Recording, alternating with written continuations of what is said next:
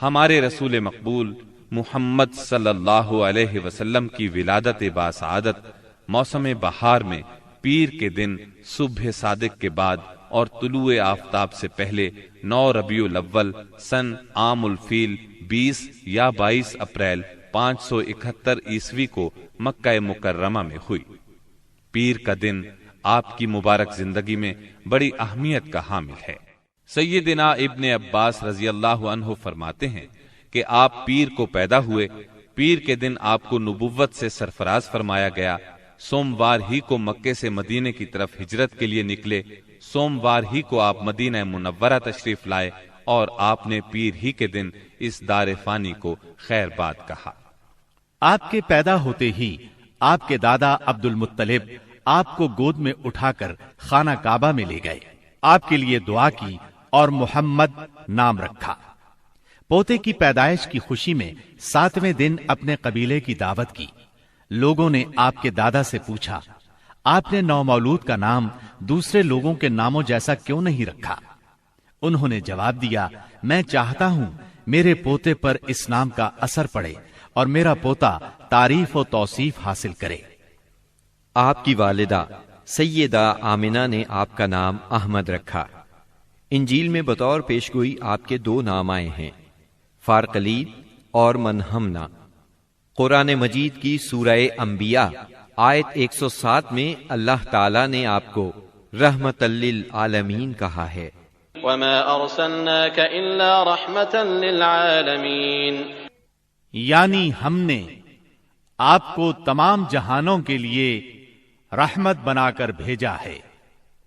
آپ کا نسب نامہ اس طرح ہے: محمد بن عبداللہ بن عبد المطلب بن ہاشم بن عبد مناف بن قصی بن کلاب بن مرہ بن کعب بن لؤی بن غالب بن فہر بن مالک بن نظر بن کنانہ بن خزیمہ بن مدرکہ بن الیاس بن مزر بن نزار بن معد بن عدنان۔ اس بات پر سب کا اتفاق ہے کہ عدنان سیدنا اسماعیل علیہ السلام کی نسل سے ہیں، لیکن دونوں کے درمیان میں کتنی پشتیں ہیں اور ان کے نام کیا کیا ہیں، اس میں بہت اختلاف پایا جاتا ہے۔ آپ کی والدہ کا نام سیدہ آمنہ تھا۔ سیدہ آمنہ کے والد وہب بن عبد مناف بن زہرہ بن کلاب تھے۔ یہ وہی کلاب ہیں جو والد کی طرف سے بھی نبی صلی اللہ علیہ وسلم کے نسب نامے میں آتے ہیں۔ ان کا اصل نام عروہ یا حکیم تھا، لیکن کتوں کے ذریعے بکثرت شکار کھیلا کرتے تھے، اس لیے کلاب کے نام سے مشہور ہو گئے۔ عربی میں کلاب کتوں کو کہتے ہیں۔ آپ اسماعیل علیہ السلام کی اولاد میں سے ہیں۔ اسماعیل علیہ السلام کی خاطر جب اللہ تعالیٰ نے زمزم کا کنواں جاری کیا تو قبائل جرہم اور ایاد کے خانہ بدوش عرب سیدہ ہاجرہ کی اجازت سے وہاں آ کر رہائش پذیر ہوئے۔ کعبے کے متولی اسماعیل علیہ السلام اور ان کی اولاد رہی۔ ایک عرصے کے بعد بنو جرہم اور سیدنا اسماعیل کی اولاد میں کعبے کی تولیت کے سلسلے میں جھگڑا ہوا تو کعبے کی خدمت اور تولیت اولاد اسماعیل اور بنو جرہم میں تقسیم ہو گئی، اور جب بنو خزاعہ نے لڑ کر مکے پر قبضہ کیا تو ایک مدت تک کعبے کی تولیت بھی ان کے پاس رہی، لیکن بنو اسماعیل بہرحال مکے ہی میں رہے۔ ان کے ایک فرد کلاب نے شمالی عرب میں قبیلہ قزاعہ میں شادی کی، اس سے قصی پیدا ہوئے۔ وہ جوان ہو کر اپنے قبیلے میں واپس آ گئے۔ خسر کی وفات کے بعد قصی نے اپنے ننہال کی مدد سے بنو خزاعہ کو مجبور کیا کہ وہ شہر چھوڑ کر مضافات میں جا بسا۔ بنو خزاعہ کے سردار نے کعبے کے قیمتی چڑھاووں کو زمزم کے کنویں میں ڈال کر اس کو پاٹ دیا اور کنواں غائب ہو گیا۔ پھر قصی کو بہت بڑا اقتدار حاصل ہوا، اس کی اولاد پھلی پھولی اور اسے قوم کا بہت بڑا سردار تسلیم کیا گیا۔ قصی نے مکے میں ایک شہری مملکت کا آغاز کیا، وہاں دار الندوہ یعنی پارلیمنٹ اور ٹیکس کے نئے محکمے قائم کیے، لیکن وفات کے وقت حکومت اپنے بچوں میں تقسیم کر دی۔ کسی کو کعبے کی رکھوالی سونپی، کسی کو چابی دی، کسی کو فوج کی قیادت تو کسی کو ٹیکس کا حساب کتاب سونپا۔ بعد کی نسلوں میں انتظامات کی مزید تقسیم در تقسیم ہوئی۔ آغاز اسلام کے وقت وہاں 10 سرداروں کی ایک مجلس کار فرما نظر آتی تھی۔ قصی کے 4 بیٹے تھے، ان میں عبد مناف بڑے نامور اور صاحب عزت ہوئے۔ عبد مناف کے بھی 4 بیٹے تھے، ان میں ہاشم شہرت میں سبقت لے گئے۔ ہاشم آپ کے پردادا تھے، بہت دولت مند ہونے کے ساتھ ساتھ سخاوت، مروت اور احسان میں بھی بے مثال تھے۔ ہاشم کہلانے کی وجہ یہ تھی کہ ان کے عہد میں ایک مرتبہ مکہ مکرمہ میں قحط پڑ گیا۔ یہ فلسطین گئے اور اونٹوں پر آٹے کی بہت سی بوریاں لاد لائے، بہت سے اونٹ ذبح کیے، ان کا شوربہ تیار کیا، روٹیاں پکوائیں، ان روٹیوں کو شوربے میں بھگو بھگو کر اہل شہر کو کھلاتے رہے۔ عرب اس کھانے کو حشیم اور سرید کہتے ہیں۔ یہ سلسلہ ایک مدت تک جاری رہا، اسی وجہ سے ان کا نام ہاشم پڑ گیا۔ وہ حاجیوں کی خدمت اور مہمان نوازی میں بھی بڑھ چڑھ کر حصہ لیتے تھے۔ اسی سخاوت اور فیاضی سے ہاشم کا نام پورے عرب میں مشہور ہو گیا۔ ذاتی اثر و رسوخ اور وجاہت کی وجہ سے ان کی دوسرے ممالک کے درباروں میں بھی رسائی تھی۔ انہوں نے ہی قریش میں سب سے پہلے یہ دستور جاری کیا کہ سال میں 2 مرتبہ تجارتی قافلے روانہ ہوا کریں، موسم گرما میں شام کی طرف اور موسم سرما میں یمن کی طرف۔ چنانچہ اسی دستور کے مطابق دونوں موسموں میں قافلے روانہ ہوتے تھے۔ سورۃ القریش میں اللہ تعالیٰ نے قریش کو یہی انعام یاد دلایا ہے، کیونکہ قریش اللہ کی رحمت سے موسم سرما و گرما کے عادی ہو گئے۔ ان کی سمجھ میں یہ بات آ گئی کہ اس نعمت کے شکریہ میں اللہ کی عبادت کرنا چاہیے جو اس گھر کا مالک ہے، اور اس نے انہیں بھوک میں کھانا دیا اور خوف سے امن بخشا۔ نجاشی شاہ حبش ہاشم کی بے حد خاطر مدارت کرتا اور تحفے تحائف بھی پیش کرتا۔ قیصر روم بھی ان سے بہت مہربانی سے پیش آتا تھا۔ ہاشم نے یمن اور روم کی حکومت سے قریش کے تجارتی قافلے کی حفاظت کا حکم حاصل کیا، اور یہ ان کے اعلیٰ تدبر کا نتیجہ تھا کہ تمام راستے قریش کے تجارتی قافلوں کے لیے محفوظ ہو گئے۔ اس طرح مکہ مکرمہ بین الاقوامی تجارت کا مرکز بن گیا۔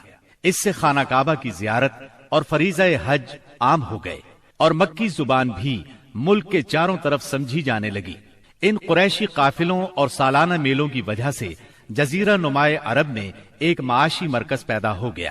ان سالانہ میلوں میں قریش کو سرمایہ دارانہ تجارت اور قافلوں کی حفاظت کے سلسلے میں بہت اہمیت حاصل تھی۔ اس طرح مکہ مکرمہ تجارتی مرکز بنا، جس نے سیاسی مرکزیت کا راستہ کھولا جو اسلام کا کارنامہ بننے والا تھا۔ 197 عیسوی کے چند ماہ بعد ہاشم کی بیوی سلمہ بنت عمرو کے ہاں مدینہ منورہ میں شیبہ یعنی عبد المطلب پیدا ہوئے۔ بچے کے سر میں کچھ بال سفید تھے، اس لیے ان کا نام شیبہ رکھا گیا۔ شیبہ کا مطلب ہے بوڑھا۔ ہاشم کی وفات کے بعد ذمہ داریاں ان کے بھائی مطلب نے سنبھال لی تھی۔ گویا مطلب شیبہ کا چچا تھا۔ اس کی وفات کے بعد شیبہ نے رفادہ اور سقایا کی ذمہ داریاں خوبی سے سنبھالی۔ انہوں نے یمن اور حبشہ کے درباروں میں اپنی قوم کی نمائندگی بھی کی۔ ان کی ملکیت میں ایک قدرتی چشمہ بھی تھا۔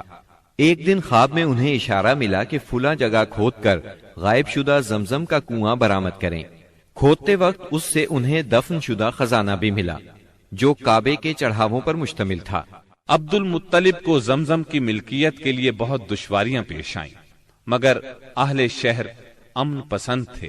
انہوں نے طے کیا کہ کسی غیر جانبدار حاکم سے اس کا فیصلہ کرا لیا جائے۔ عبد المطلب نے یہ بات مان لی، لیکن پریشان بھی تھے، اس لیے منت مانی کہ اگر اللہ نے مجھے 10 بیٹے دیے اور وہ بلوغت کو پہنچے تو میں ان میں سے ایک کو کعبے میں جا کر اللہ کے لیے قربان کر دوں گا۔ جب 10واں بیٹا بھی بلوغت کو پہنچ گیا تو عبد المطلب کو منت یاد آئی۔ انہوں نے بیٹوں کے درمیان قرعہ ڈالا تاکہ جس کا نام نکلے اسے قربان کر دیں۔ قرعہ نبی اکرم صلی اللہ علیہ وسلم کے والد عبداللہ کے نام نکلا۔ عبد المطلب کا ارادہ دیکھ کر رشتہ داروں اور دوستوں نے دخل اندازی کی اور انہیں مشورہ دیا کہ وہ کسی خاتون عرافہ کے پاس جا کر حل دریافت کریں۔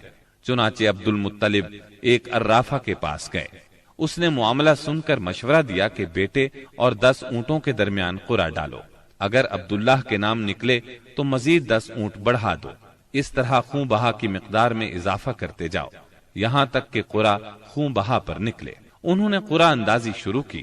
قرا ہر بار عبداللہ کے نام نکلتا رہا۔ یہ 10 اونٹ ہر بار بڑھاتے گئے۔ جب 100 اونٹ پورے ہو گئے تب قرا اونٹوں کے نام نکلا۔ عبد المطلب نے 3 بار ایسا کیا تاکہ اطمینان ہو جائے۔ ہر بار 100 اونٹوں ہی کا قرا نکلا۔ اب انہیں اطمینان ہو گیا کہ یہی اللہ کو منظور ہے۔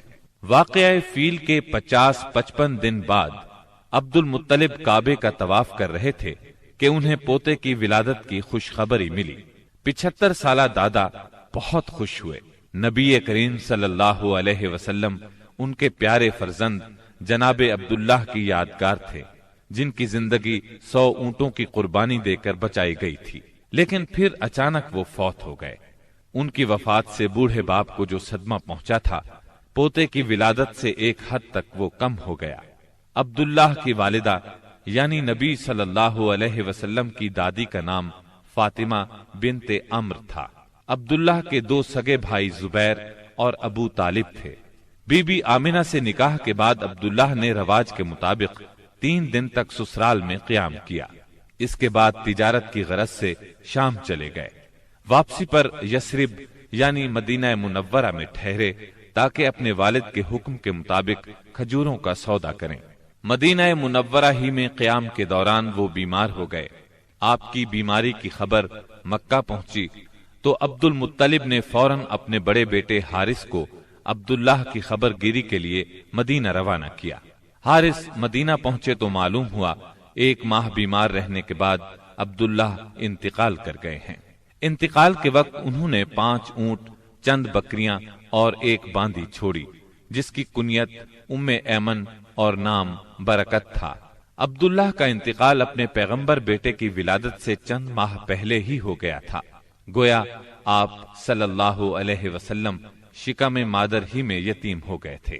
آپ کی والدہ سیدہ آمنہ طہارت نفس، شرافت، عزت، عفت، عصمت اور پاک بازی میں بے مثال تھی۔